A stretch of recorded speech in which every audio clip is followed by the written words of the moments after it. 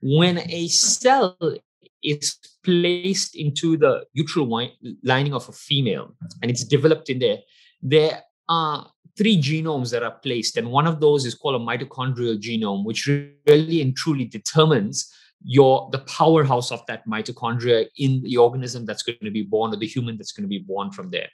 What not too many people know is that even though the males and females both would contribute to mitochondrial DNA, the male's contribution is really disintegrated in the first few weeks. So your mitochondrial DNA is established by the female.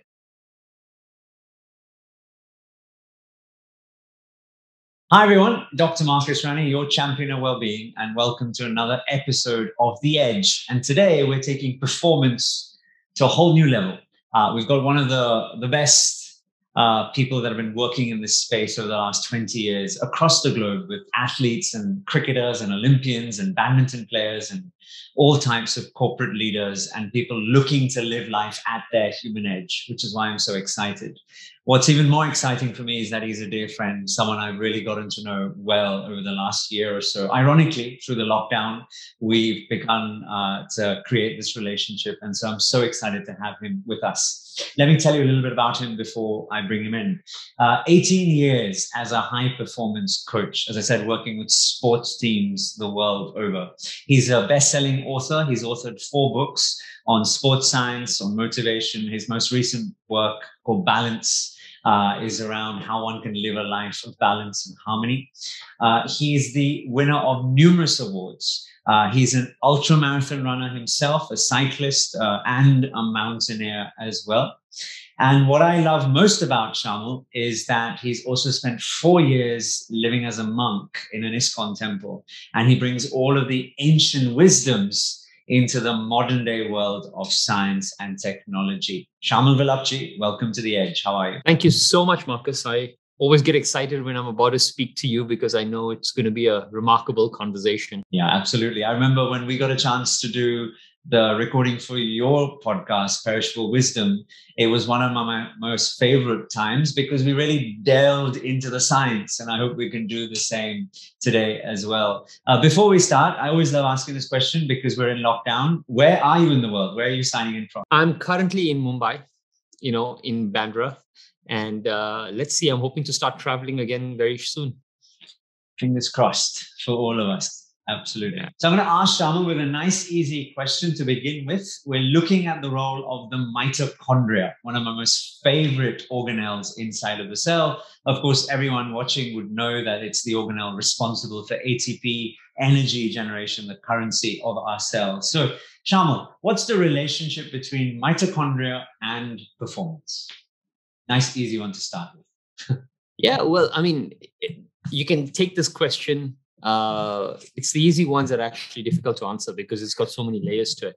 But mitochondria, for everyone listening, is really, it's the energy hub of the cell, isn't it? It's where all your ATP is produced. It's what really fuels the cell and then goes on to fuel the body in some shape and form. It's the health of your mitochondria that really ultimately determines the health of your cell and the rate at which you degenerate as you age. So really and truly, on a spiritual lens, if you say the soul is the ultimate central point where you put the needle on in terms of your spiritual goal, you could really and truly, from a physiological lens, say the mitochondria is the starting point, understanding everything pulling out from that there, because really and truly it's the optimization and the utilization and the functionality of that powerhouse that would determine everything moving forward. I love that analogy. I absolutely do. And one of the things that often people think about is the fact that the cell is this inert object that just exists on on an atomic cellular level, but it's actually alive. It's vibrating. There's energy flowing through it. There's all sorts of metabolic reactions. So if we imagine that little mitochondria, the many mitochondria which might exist within a cell, how can we train the mitochondria? What can we do to manipulate the mitochondria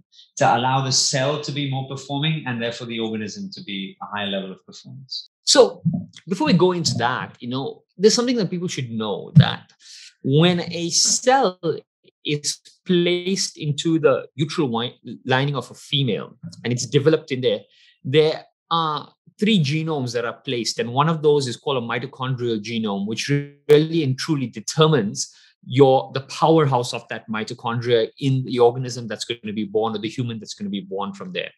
What not too many people know is that even though the males and females both would contribute to mitochondrial DNA, the male's contribution is really disintegrated in the first few weeks. So your mitochondrial DNA is established by the female. Okay. So the first thing that someone needs to look at is, we really and truly need to encourage females around us everywhere. Remember, they are really and truly carrying your genetic powerhouse forward, because that's what's coming into there. And most of your mitochondrial dysfunction comes from that level, and is actually diagnosed in the first 5 years only. So that's the first thing that people need to know, is that, we live in societies where, before we even go into physiology, we live in societies where we oppress economically, socially, educationally women, right? And we don't understand the physiological ramifications on our human race moving forward from there. So that's the first thing we need to do. Now, let's assume that was taking place and we're moving forward. One of the first things to really do to get your mitochondria moving is there are two types of things. We've seen effective science around cold exposure in the regeneration of your mitochondria, but the regeneration doesn't necessarily mean activation of it. And we've seen heat really increase the activity in the mitochondria as such. So a combination of cold and heat therapy is what really stresses that powerhouse to a point where it starts generating more and it starts being utilized more efficiently. It's that contrast therapy. Now, what this ultimately does is it doesn't reverse the function of that. It just slows down the degeneration process, along with many other things that you can do, which are epigenetic and lifestyle orientated in some shape and form. If I may ask, just on that question, because I'm sure our viewers are maybe thinking this, what Shyamal is describing is sort of thermal regulation and the effect that it has on mitochondrial productivity and efficiency. And a natural next question might be, or thought might be, okay, what would those temperature ranges look like? Because people understand, or they may have read about going into sauna or being in a chilled immersion pool. But is there a temperature band that you may have seen which are effective? Absolutely. So when we're doing cold exposure, and you're doing ice baths, we try to drop it down to about 5 degrees. But the interesting thing comes in with the heat stress. And we've noticed studies, and there's a particular study where they applied a heat stress for 6 days, and they found a 28% increase. And what they tried to do was increase the range incrementally day by day from 40 to 80 degrees. And the exposure was anywhere from 15 to about 30 minutes. And these are all Celsius? These are Celsius, yes. Slowly, correct, yeah. Celsius degrees. So we've seen that increasing it incrementally. Now remember, the human body and the mitochondria, like every other function in the body, is highly resilient, but the principles of exercise science need to apply, the principles of physiological adaptation, and we'll get talking about the floor and the ceiling, which is the physiological component that I use for load management, but really and truly you can apply it to every single thing, and that's really an interesting thing. So for those who are looking at the heat, we've seen this was just a 6-day study that was really, really impactful. And we've shown, like I said, 28% increase in mitochondrial activity over 6 days, only 15 minutes on the bottom end, 30 minutes on the higher end of heat exposure between 40 and 80 degrees. And what's really interesting is people need to know how to play with this, Marcus. So for example, if you're at 15 minutes, hypothetically, right, and you're starting at, say, 45 degrees, okay, you could stay at 15 minutes and keep increasing the temperature. And once the temperature hits a certain one, then you can start dropping the time and then increasing the temperature, or increasing the temperature and dropping the time. But you can't increase both variables at the same time, which is the biggest mistake people make in understanding load adaptation physiologically, biochemically, and even on load management. Okay, that's really interesting, particularly the way we can manipulate it to the advantage. And often, I remember this lecture from med school where, and I think I even quoted it in my book, wherein we imagine that if we were completely transparent as an organism, the color that we would be emitting is that of the mitochondria. The more phosphorylated it is, the more energetic it is. We would change in intensity and colors from one part of the spectrum to the other. Now, what you're describing, Shyamal, is an interesting idea, which is the application of stress towards growth. And I think for people, we've begun to be accustomed to this idea of living in a very comfortable, luxurious environment, right? Where we protect ourselves through the four walls, the calorific intake. We think we got to have 4 square meals a day, etc. But what performance coaching introduces, and athletes know it really well, and it's increasingly now coming into the corporate sphere as well, is this idea of the Hermetic Effect, where you have short bursts of stress and the adaptation that it provides from your performance perspective over the long run. Do you want to talk about that a little bit as well? Oh, yeah, you've hit the nail on the head. And I think the word that people should sort of take away from this is plasticity. Plasticity of the body means that the amount of stress we apply to something, the body will mold in accordance with that. And we generally understand that from a neurobiological point of view. So we use the term neuroplasticity in terms of supplements and actually just reading and consuming information in terms of how it changes our brain. But the same level of plasticity from a physiological stress point happens to the body and the muscle. So, for example, when most people will understand it when they go to the gym and they apply increasing resistance on a muscle would make that muscle stronger, or training the muscle faster would make it go faster. But what they're not so clued up about, and the thing that they don't take cognizance of, is the stresses in terms of heat, in terms of duration, in terms of cold exposure, in terms of humidity that you can apply, in terms of altitude that you can apply. Every single one of these is a stress to the system, which would bring about a physiological adaptation. And as a sports scientist, that's what I'm trying to play with. One of the biggest mistakes that novices make, for example, and you see people training in Mumbai Marathon, they'll train at 4 o'clock, 5 o'clock in the morning. They go for their runs. But the hardest part of the race, you're running at 10 o'clock when it's really, really warm, isn't it? So nobody really goes out to train for the toughest conditions there is, which is why the toughest conditions break them. Okay. Now, as a professional athlete, what we're trying to do is we're trying to stress people on the extremities of what they're going to face. We're trying to get their body to adapt to that, and we start bringing in training and load management into these various things. And one of the other big problems that people really and truly get wrong is the gap between what we call the floor and the ceiling. And this is a load management principle. So, for example, if I give it to you in basic lifting terms, let's say a person X goes into a gym and wants to bench press 1 RM at 100 kgs. Okay. Now, if he starts warming up at 50 kgs, the floor is very high from the ceiling, which means that now he's going to increase 10%, 10%, 10%. By the time he actually gets to that 1 RM, he's going to have muscular fatigue going in there. And the reserves to tap into that are very, very low. So the gap between floor and ceiling is exceptionally high. Now, in all training methodology, what you want to try to do is teach the body to adapt to bring the floor closest to the ceiling so that you can shatter that glass ceiling and raise it. That's the upper limits of performance. That's how you push the upper limits of performance. It's where you go to your max knowing that 70% of your reserves are still intact. Most people don't do that, and that's where the problem is. So even that same principle you can apply into everything. It can apply into the temperature that you're going to be practicing. It can be applied to the humidity that you're going to be training in. It can be applied to the physiological conditions, even the hydration that you can be doing. In fact, talking about hydration is one of the most phenomenal ways to stress your mitochondria and to stress the metabolic pathways, because we've seen that mildly dehydrated cells respond far better than hydrated cells in terms of cellular adaptation. So we train athletes to be mildly dehydrated, because why are you going to be mildly dehydrated in competition?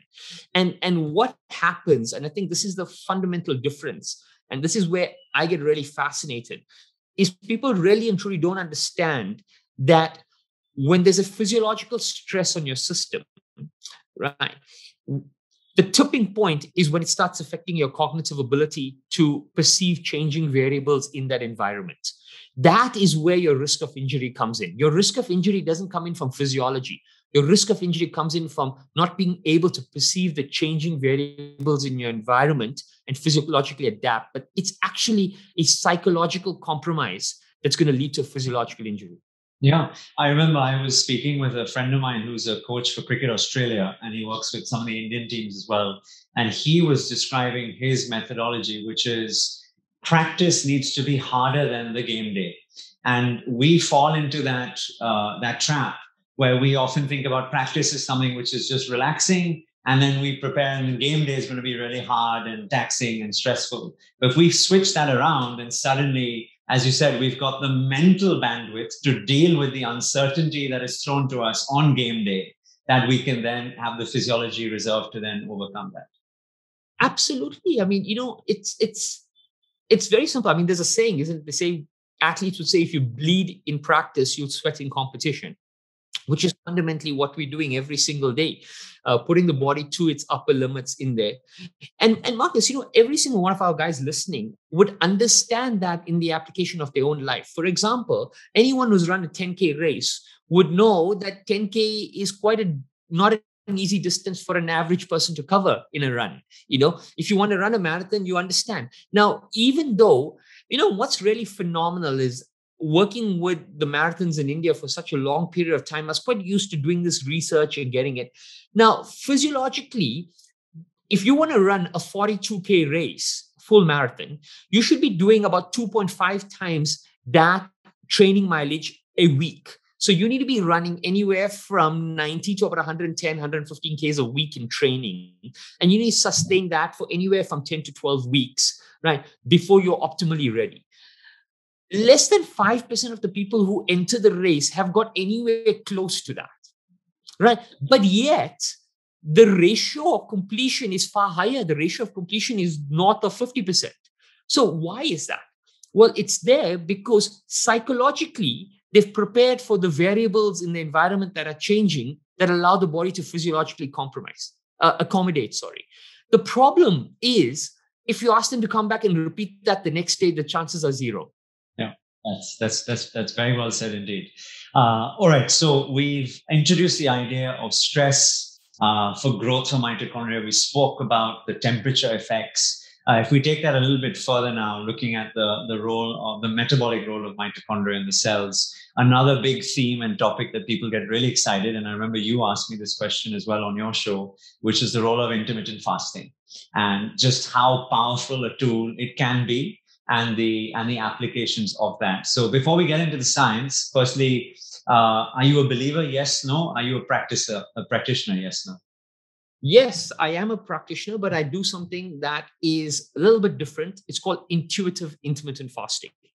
So intuitive intermittent fasting means that whilst I am maintaining the bottom end of the range, which is about 14 hours, right, the upper limit is based on how I feel and it fluctuates. Right. So that's what intuitive intermittent fasting means. You keep the floor consistent, but on days, and that intuitive thing is actually the science to pushing athletes. So for example, when you're working with the body, before we get into this answer, when you're working with the body, not every day feels the same. I mean, you as a marathon runner know this. Some days are easy on the body, some days are hard on the body. Now, if you need to put in 120 Ks a week in training, right, sometimes you can stick to a regime, but sometimes you can't. So what you got to do is intuitively capitalize on good days. So the days when the runs feel easy and you plan maybe a 15K run, those are the days you double it. You get that 25, you get that 30K under the belt, because the day when it's not feeling great, yes, you want to push it so much, but no matter how much you push on that day, nothing just falls in alignment. So that's really working intuitively. So I practice a thing called intuitive intermittent fasting, where I'm feeling my way on that upper limits. And if I'm not feeling like stressed and fatigued, and if I'm not feeling like binging on anything, if I'm not feeling off center, I keep pushing it till the point that I'm comfortable. I am definitely a believer in it. And I'm a believer of intermittent fasting because it's probably one of the best ways to increase what's called your metabolic flexibility. Metabolic flexibility, for everyone listening, is your body's ability to adapt to different fuel sources that it's burning in there. And what we've seen is that one of the single greatest tools for achieving metabolic flexibility is intermittent fasting. Okay, so I'm a massive fan of this because what happens is when you start stressing the caloric, you put in a caloric restriction through intermittent fasting in the body, you force the body to adapt. You force it to change its pathways of energy absorption. You force it to adapt in new ways and create new systems. Okay, that is fundamentally important because why? In the world of performance, the duration of a single activity will stress different metabolic pathways throughout that activity. Okay, so you need the body to be able to adapt to the back end, not the front end. The front end of performance is easy. When you got your carbs, you got everything in there. It's the back end. But having said this, there's a fine line between which type of activity and which type of athlete you give this to. There's a phenomenal amount of research to support that whilst it's great for metabolic flexibility, it's great for weight loss, it's great for mitochondrial activity, there's also evidence to show it's not great for power athletes. It supports better endurance-based activities. Now, how you tailor that program in, bring it into a person in terms of getting that flexibility in their fueling, getting that mitochondrial activity firing up there, combining fasting with heat stresses like sauna and steam rooms to get that activity, get that thing burning, and then changing that fuel source is really fundamentally, actually, that's not only the science, but that's the exciting part of human performance. Yeah. And I'm glad you brought up metabolic flexibility because it's definitely a theme which we wanted to deep dive in, particularly as it then extends into the longevity part of the equation, right? And many studies looking at caloric restriction and the effects on enhanced health span and lifespan across species. But before we get there, just then deep diving a little bit more in terms of the intermittent fast, because the practicalities of it, people often ask, and we're living in a mobile first world. There are so many applications available and folks on social media that talk about these things. But the true science, the prescriptive nature of intermittent fasting has still been slightly elusive over the last few years, right? Even if you look at what the minimal effective dose should be, there doesn't seem to be a very clear school of thought. Should it be 18 hours a day? Should it be 20 hours a day? Should it be 1 day a week? Should it be 3 days a week? Should you do a 24-hour water-only fast? So in your IIF schedule, intuitive intermittent fast, how do you sort of grade your, let's look at it in 3-month windows. How often would you have a longer duration fast, and how frequent would that be? Yeah, so I would push myself once every 2 months to do a 3-day water fast, which is my complete detox. Okay. But I build up to that. So in the 7 days up to that 3-day fast, I would stop eating very heavy solids. I'll go into more soups, I'll start bringing the intermittent period down. I start increasing my water content, my hydration in. So the body needs to be prepared because, like we keep speaking of adaptation, it can't be shocked into that fast. Otherwise, it will feel like stress on the system. So I do that every single 3 days. Now, you said something really interesting because you said the research is very gray. And that's why I sit between two worlds. I sit between the world of spirituality and the world of evidence-based medicine. And you're right. In the world of evidence-based medicine, it's a gray area. How much time, how long you should do it, what is the evidence, all of these things. But in the world of ancestral wisdom, fasting is the single one tool that exists in every single culture in the world going back more than 5,000 years. Every single religion, every single culture has got fasting in it. you got Ramadan, you got Lent, you got Hindus doing Navratri, you got Ekadasi, which happens twice a month. These are just some terms that people, which exist in every single shape and form in religion. Now, using ancestral wisdom, we can ask ourselves, okay, these cultures were tapped into, these knowledge bases came through a certain lineage, right? But one thing that's holding all of them is the fact that there's a process of fasting within it. And the element and the reason why this is there is because it's a process of detoxification, right? That's fundamentally why it's there.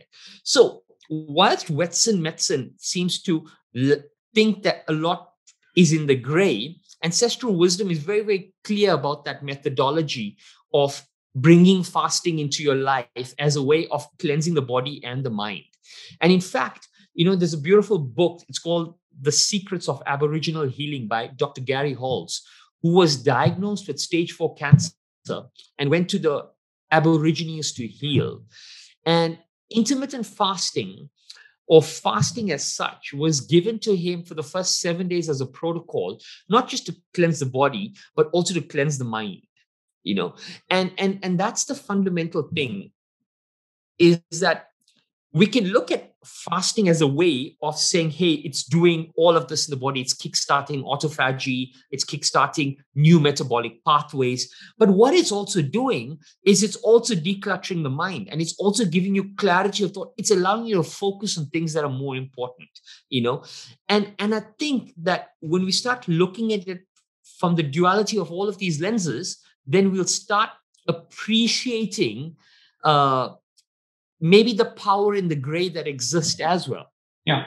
And one of the common misunderstandings with intermittent fasting, and people often ask me this, is that they believe that there is a significant amount of tissue loss, particularly muscle tissue loss, because the assumption is you're just consuming less calories and you're burning it, and therefore you're obviously becoming lean, but you're losing muscle strength, power, explosiveness, etc. Now, you obviously exist in the part of the world where there's high performance athletes, explosive strength, etc. What do you say to folks who have that thought? And more than that, and then can we talk a little bit about the science in terms of how that might actually take part? Yeah, I mean, you definitely hit the nail on the head that, but I was proven wrong recently. I was proven wrong by a scientist by the name of Professor Herman Poncer, who I've spoken to, and we interviewed him. And Herman is a human energetics professor at Yale. And he's been studying total energy expenditure from hunters and gatherers, sedentary population, and those going to gyms and professional athletes. And over the course of an entire year, right, whether you're a hunter or gatherer, whether you're a gym goer, whether you are a sedentary person, your total calorie expenditure of a person equates to exactly the same, which is interesting, which means the energy expenditure of everybody is exactly the same. Now, why are people putting on weight? People are putting on weight because the caloric intake is variant completely. So hunters and gatherers were eating really what was needed. Athletes are eating what was needed. Everyone else is eating processed foods, and the nutritionally deficient high caloric foods are what's driving chronic diseases. Now, I'm working, you're right, on the upper end of performance, and my athletes are pushing the upper limits of that. So for us, yes, I do prescribe intermittent fasting. I don't prescribe it to athletes in performance or preloading phase, definitely not, because I need that fueling source to be kicked in. I don't want to kick in a sense of autophagy. I don't want the body's, I don't want it to really and truly, the muscle memory to go. I don't want leptin to really feel like it's triggered where it needs to, I don't want to create any leptin dysfunction at all. So I want whatever the fueling source is, I want the cycle of that to be constant. So I don't stress the system with fasting as such. But having said that, in off season, all my athletes go through fasting. Okay. Because through the process of autophagy, the body is not cleaning up what it needs. It's cleaning up what it doesn't need. Right. And that's the thing that that we need to understand. That even in the prescription of when someone has cancer or someone has something else and you prescribe fasting, it's eating not what you need, it's eating what you don't need. Its own intuitive intelligence of catabolism kicks in, where it uses the unhealthy cells as fuel for the healthy cells. And that process, there's nothing you can do to reverse that intelligence. That intelligence exists in there. Okay. And so this is why with my athletes, I would bring in intermittent fasting in off season, right? I'll taper it off in pre-season, but there's definitely no intermittent fasting during competition at all. Yeah. And I think what's also important to add is that the transcription effect, the epigenetic effect of a ketotic state, right? When you're fasting, you'll tend to have higher ketones in the body. It actually acts as a protector of proteins turnover. So your body doesn't just keep cycle, because effectively you're in this sort of a cleaning up mode. And that's part of the protective effects as well. That's great. So we've covered a lot already. We've obviously started with heat stresses. We've looked at intermittent fasting. We've touched upon autophagy and metabolic flexibility. That's something I'd like us to spend a little bit more time looking at now. So when you were defining it, Shyamal, you spoke about effectively its substrate utilization. So fuel changes and a preferential switch from carbohydrate towards fatty acid oxidation, right? Help us understand. So in an athlete that is that's performing a race. Now, obviously, this again, it's a mindset that a lot of us have. And I remember I used to be guilty of this when I first started running. Before a big race, what's the meal I would sit down with? A massive bowl of pasta, or a huge plate of rice, or a big pizza, right? Because we think, oh, I just got to load up on carbs, convert it into glycogen, store it in the muscle and liver, and then bang, I'll be doing good the next day. We now know metabolically that's not, our body doesn't just exist in a black and white box. So, what should a metabolically flexible athlete be consuming? And how is it that it differs from this mindset that we all had, which is just life is only about carbohydrates? Yeah. So firstly, it was one of my professors who told us that life is all about carbs. His name is Tim Noakes, and I think he apologized for that. He was also the guy who swung the pendulum towards high fats and got a lot of flack for that as well. And that's the thing about science, is that science will be right and then will be proven wrong, because really and truly our understanding of cellular intelligence is we scratching the surface in some shape and form. Okay. So I think when we're looking at the cellular activity, sorry, Marcus, can you just phrase that question one more time? I had the thought which completely slipped my mind. It dropped me off. Yeah. So I'll just begin that segment again. So Shyamal, we started talking about metabolic flexibility, and to describe it to everyone, it is essentially a preferential shift from carbohydrates towards fatty acid oxidation. Now, a lot of amateur and novice athletes, myself included, when I first began running, I used to sit down before marathon day with a big bowl of pasta or a big bowl of rice or pizza, thinking I consume the carb, I store it in my liver as glycogen, and then on race day, bang, I'm going to be performing really well. We now know and understand that chemistry doesn't exist as this black and white box. So when you're training your athletes to be metabolically flexible, what is it that their diets are comprised of? And how is it that it leads to a state within the actual performance that allows them to still do this with the absence of carbs? So that's a fantastic question. And the way to answer that question is to understand metabolic pathways. So firstly, we got to break it down. The first thing is the metabolic flexibility can be trained in everyone and should be trained in everyone, which means that you should be able to teach your body how to burn fats and burn carbs based on how you fuel it. Right. So that is a prerequisite every single human body should understand how to do. Most people put on weights because they don't know how to teach their body how to burn fats. That's where the whole art of autophagy and intermittent fasting is really kicked off as a trend or a pattern. So the first thing, metabolic flexibility is a prerequisite. Now, metabolic systems of burning is layered upon the energy systems, which is laid upon the activity that you're doing. Now, to break this up for people, we have three different energy systems. You have a phosphocreatine system, right, which is predominantly for exercises or activities that are in superhuman athletes, 15 seconds and below, right? Maybe 20 seconds on the upper limit of that, right? So you look the Hussein Bolt running, even maybe we can push the 200 into that as well. But the javelin thrower, the discus thrower, the high jumper, these are phosphocreatine. The second is anaerobic activities. So anaerobic activities are literally about 2 minutes, 2.5 minutes and less. Okay. Now, these would rely on your muscle glycogen stores. Okay. Now you would look at your 400 meters, your hurdlers. These people would be in that, Now, once your activity duration goes beyond 2.5, even 3 minutes, you now fall in what's called the anaerobic zone. Now, when you're falling into the anaerobic zone, right? When you kickstart an activity, your body may use the muscle glycogen available, but ideally you want to train it to use the fats through your system. Right? Because it produces more ATP per gram or per molecule. So if you can teach it to do that, you'll last longer.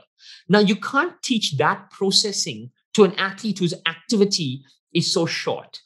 He needs a faster injection of fuel, and the faster injection of fuel comes through certain glycogen pathways, which come through muscles. So for anyone who's looking at metabolic flexibility and metabolic pathways, the first thing you need to do is look at what is the activity that I'm actually trying to train for. Now, this is where a lot of scientists used to get it wrong, and a lot of trainers get it wrong. They take a cricketer. Hey, cricket is played over 6 hours on the field. Yes, but the answer is no. A fast bowler is actually anaerobic PC and not aerobic.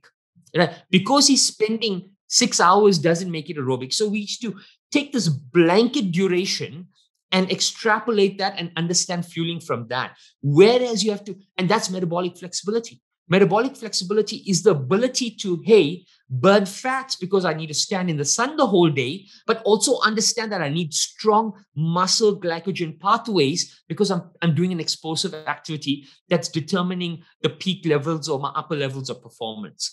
And this is the balance that any sports scientist or exercise physiologist would help you bring into play. Yeah, it's a beautiful dance. And, one of the misconceptions folks have is that this idea of aerobic versus anaerobic, because of maybe the way we've been taught it in school, it's either in the presence of oxygen or it's not in the presence of oxygen. But, we remind everyone that if you're living on Earth, there's oxygen, right? It's not like there's no oxygen around you. But it's the substrate's efficiency based on the number of oxygen molecules that it contains within the substrate itself. A carbohydrate has a certain number, a fatty acid will have a certain number, and therefore the amount of external oxygen that's required into the cell based on the demand at that point in time, which then leads it to then choose one option versus the other. Absolutely. Correct. Yeah. That's where people get wrong. And I'm happy you brought that in. Very often, people misconstrue these anaerobic activities as we're not using oxygen. No, there's plenty of oxygen in there, but you're right. It's the substrate's way of metabolizing in that ecosystem that's oxygen deficient that it's actually relying on. And that's why it needs a faster pathway as such. And it's a very, very commonly misunderstood theory, actually, to be honest. Yeah. So let's assume that there are folks out there who've bought into this idea of metabolic flexibility. And I was on this journey myself about 6 or 9 months ago. So one understands, okay, I want to become more metabolically flexible. There are a couple of levers that I can change in my life. Shyamal has told us about how intuitive intermittent fasting can help us. And the number of days we can do it, the number of hours, etc. Now let's look at exercise as another lever in that particular chain. Now, obviously, all types of exercise won't lead to metabolic flexibility. There is a type, there's a duration, and there's an intensity. So help us understand a couple of these variables that we can control to make ourselves more metabolically flexible. Yeah. So the way you can increase it. So firstly, you want to increase the duration to stress your ketones in your body and get to a fat burning source. You want to start at least exercising. Some people say 20 minutes. I like to say push it to about 30 minutes or more, to be honest. Right? I think the way to fast track that is to work in a caloric deficit environment, which means fasting and then going in there would kickstart that metabolism even far quicker. The intensities that I generally like to work at is greater than 60% of your maximum heart rate, but way below 75% of your maximum heart rate. Because 75% for most people would trigger lactic acid, and lactic acid is a fuel in itself, and it's a very, very important fuel. It's got a very, very bad name, but lactic acid is actually the fuel for the heart more than anything else. So the ways to trigger these metabolic pathways, if you're trying to get your body into a state of ketogenesis, for example, you want to train at about 65 to 70% of your maximum heart rate for a duration of longer than 30 minutes in a caloric deficit ecosystem, which means in a fasting environment as such. Now, that will only work provided when the body is a vacuum, you feed it the right fuel source. Because after that run, if you feed it a high carb meal, then what would happen is it's all gone out the window. So the dance is not just in the type, the duration, and the intensity of exercise. The dance is actually in the loading after that, because your body is fundamentally become a vacuum and it's now sucking in. So you want to teach it what to suck in at that time more than anything else. Okay. And I think this is the misconception with people. People, they try to, everyone does the fasting. Everyone goes for the long runs. They get the intensity wrong with their long runs. They're going too slowly. Okay. And when you're going too slowly, then what's happening is you're not pushing yourself hard enough and you're not triggering that burn. Okay. And your body would just ultimately, it would burn proteins, it would burn its sugars, but it would take a very, very long time before it really kicks into that, before it kicks into a fat burning stage. There's a few things that you can also really do that helps. For example, you increase your magnesium intake and your vitamin B intake. You increase your L-carnitine and these things like your alpha lipoic acid also. If you using supplements like this in a fasting state, they would kickstart your metabolic pathways and get you into that state of ketogenesis far quicker than if you don't have any of these in your system. Yeah. What I found so interesting, so I began this experiment around 6 months ago, and I was looking at it through the lens of longevity, not through the lens of performance. So I kept certain variable standards. So I participated in zero resistance training at all, right? I institutionalized this regime around intermittent fasting, and I adopted Phil Maffetone's running technique, which is the very long, slow run. So, approaching the age of 40, 220 minus my age, 65% of that, I was trying to keep my heart rate between 120 to 130. And I was doing long runs, 2 hours, 3 hour long runs on the weekends, and then hour long runs during the week. All of my indicators for health and well-being improved, right? My body fat percentage dropped by about 8%. My visceral fat is literally about 4% now. It's really low. My lipid profile improved. My HbA1c came down. My fasting insulin dropped really, really low. So all of these things have gotten better. But what I know, and I lost weight, 10 kilos, unintended weight loss, much better clarity of thought, focus, all those consequences. But my VO2 max, my performance level, significantly reduced from 51 to 36. It was a huge drop. Yeah, Marcus, Phil Maffetone's method is not the method for peak performance. You're not going to win an Olympic medal using that. His method is going to get someone who's got a chronic disease, someone who's sedentary and living an unhealthy life, someone who's consumed a fair amount of processed foods in their life. He's going to help them set their biological clock, reset their biological clock. Phil Maffetone's method, punches the reset button very, very hard, right? That's what it does. That method ain't going to win anyone any medals because, like I said, the gap between the floor and the ceiling is far too great with that method there. And you're a perfect example of exactly what's happened. And before you even said that, that was going to be my question to you. Yes, I'm sure you ran for long. I'm sure you ran far. I'm sure you lost weight. I'm sure you had clarity of thought, but you didn't get faster. Your marathon time would not have improved. And this is what we need to understand. And it would have been beautiful if we at some stage get into a nice 3-way, 4-way conversation with people who understand human physiology from a balanced perspective. I sit on a peak performance perspective. Peak performance is counterintuitive to longevity. You must understand that. Peak performance increases the oxidative stress in the body to such a degree, right, that you are breaking pathways and breaking tissue and breaking everything in your body, which is increasing inflammation. And longevity sits in the middle. Longevity is about finding that balance with everything. But longevity will not make you the fastest runner or the biggest thrower or anything. It'll make you live.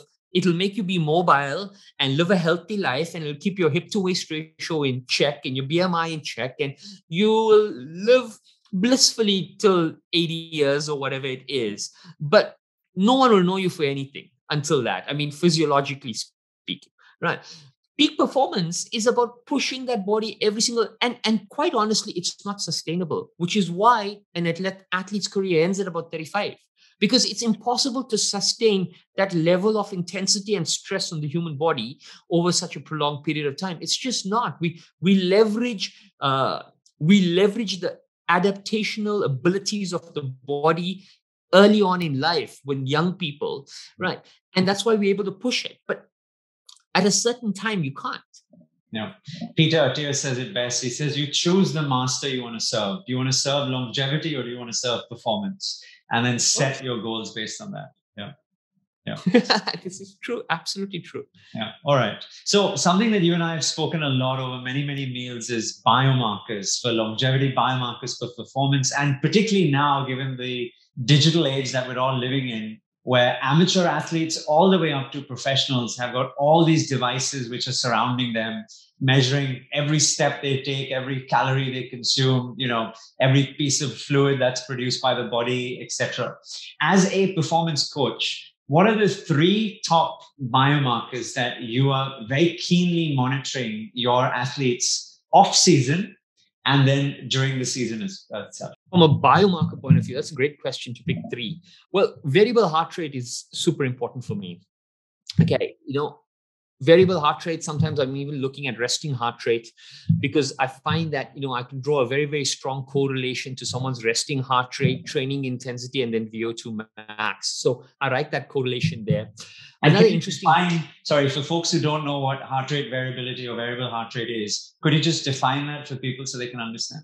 So variable heart rate would be the intensity signaling between heart rate beats. As such, what is actually happening between a heart rate beat is called a variable heart rate that we're looking at. And previously we looked at just heart rate. So we looked at just the curves of it, but in between each signal in an ECG, if you get it done, we'd find there's a lot of signaling happening in there. So we're looking at that signaling as such there, because we found that, it's what happens between breaths. It's what happened between beats that's actually telling us more about the body, and cardiac surgeons knew this for a long time, which is why they looked at ECGs for an arrhythmia in terms of understanding markers for cardiac disease and markers for heart attacks and things like that. So variable heart rate is one really interesting marker. The second one that I really like to understand is core body temperature. Okay. Now, core body temperature for me is an indication of recovery. Okay. And it's also directly correlated to inflammation. Now, if the inflammation in your body is increasing, and you can do pathological tests like your IGF tests and stuff like that, but it's not possible to do invasive tests all the time. So I'm sticking away from invasive biomarkers, because for the average person, we have technology, and technology is measuring but not pricking. So for that reason, I'm trying to stay away from that. So variable heart rate is 1, core body temperature is 2. And the interesting marker for me that I'm looking at is lactic turn point as a marker, but that's only because I'm sitting on the performance side of things, right? Because I'm looking at peak performance in athletes, lactic turn point gives me an indication to potential fueling, to potential hydration solutions for them, gives me a window into training intensity more than anything else. Why?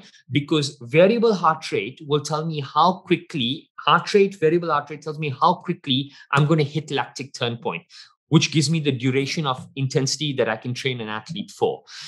And the duration of intensity will then drop a layer down into fueling and drop a layer down into metabolic pathways in terms of the food and whatever we're trying to give into him. So these are three things. Lactic turn point is another way of saying lactic threshold or anaerobic threshold, right? Yeah. Threshold, yeah. And for those people who don't know what that is, it's, there would come a certain time when you look at your aerobic and anaerobic, they'll get to a certain stage where your body's ability to flush lactic acid, which is a byproduct from muscle exertion, it gets flushed out of the body through oxygen consumption. There comes a point where the production of lactic acid through muscles is far greater than the absorption of CO2 into the body and into the bloodstream. So you start getting an accumulative effect. And that accumulative effect has a decrease in performance, muscle performance. It starts crystallizing in muscles. It starts bringing in a fatigue into muscles as such. And we've seen a real slowdown in effect. And the reason why that's really, really important is, here's an interesting fact for everyone. Most people think Usain Bolt won the last 3 Olympics because he was the fastest runner. Actually, he won the last 3 Olympics because he slowed down the slowest, not because he accelerated the fastest, So that's really interesting, because in peak performance, everyone will get to a top speed or will get to the upper limits of the performance within a certain range, right? Your ability to sustain that is directly proportional to how your body flushes lactic acid and how quickly you slow down from that point there. So that's why that marker is so important for performance for me. Yeah. Talking about lactic acid, people ask around the ability to manipulate your body's capacity to absorb lactic acid through the consumption of certain foods. And we live in an age where alkaline water is something which is marketed as a product, etc. How much truth is there? And in your experience, if you have used any products, which one have you seen to be effective at enhancing that capacity? So, I've not used products as such to reduce someone's lactic acid turn point or the speed at which they get there in performance. Having said that, I do try to keep the body alkaline, and I use things like apple cider vinegar to drop one's blood glucose levels pre-food. I use high intensity interval training to suppress those glucose lines. For me, vinegar is fantastic for suppressing glucose. So in fact, we spoke so much about ketogenesis and intermittent fasting. This is what people should know, that actually, if you're trying to get your body into a ketogenic way, if you have apple cider vinegar with warm water 10 minutes before you eat food, you accelerate the ability to get there, because apple cider vinegar will suppress the glucose injection into the bloodstream as such. So I'm not using any of these to lower the turn point, but I am trying to create an alkalinic state in there, because with athletes, they consume a phenomenal amount of protein. Protein increases the amount of acid in there. And I'm also looking at the apple cider vinegars or cinnamons, for example, as supplements, or curcumin. What it does is it helps me balance the renal load versus the protein intake. You see, if you speak to any power athletes, they'll try to take anywhere from 0.8 grams to 1.2 grams of protein per kilogram of body weight. The problem is that the renal capacity is about 0.4 grams per kilogram of body weight. Now, how do you help that? You help that by creating mechanisms in which the body can really flush acid out of the body, or you create an alkaline environment. And this is where things like curcumin, this is where things like apple cider vinegar help phenomenally. Even sometimes with athletes who drink, we use Angostura bitters. It does a fantastic job with this as well. All right, we're approaching the tail end, and a big theme which is part of one's ability to perform is your ability to rest and recover. And sleep is nature's most powerful tool that we have in our toolkit. So few of us actually use it to our greatest advantage. How do you, as a high performance coach, prescribe sleep to the athletes that you look after? And what does that prescription look like during off season and then immediately before a big game day? Yeah, fantastic question. So would my athletes, I mean, for the average sedentary people, we say 7 to 8 hours. For athletes, we recommend them sleep as much as we want to. We don't disturb them. We encourage them. If they can get up to 8 to 10 hours of sleep, it's fantastic. And I know it's counterintuitive to research. There's research out there that says if you sleep longer than 8.5 hours, your mortality rate increases. But it's counterintuitive research, but the truth is that the amount of physiological stress on the body, it needs that much more time. And sleep is the most important recovery tool in your arsenal. Now, sleep is so important for me that we track it with every single athlete of mine. And I'm looking at certain important markers. So for example, the two markers that I'm looking at is I'm looking at your deep REM sleep. And I'm hoping that in that 7.5, 8.5, 9.5 hours, I'm looking for a minimum of about 2.5 to 3 hours of deep REM sleep. That's where the recovery is really happening. And that's a high percentage. Huh? That's a high percentage. An average individual may have 10 to 12%. You're looking at almost 20% more than that, actually. Yeah, we're looking at, I'm trying to get it as high as possible, because the point is that the body just wouldn't recover physiologically. We wouldn't be able to push it to those limits again. The second thing that I'm looking at is latency as a marker. Now, latency is an indication of recovery for me, Marcus. Latency for everyone is how quickly do you fall asleep when your head hits the pillow?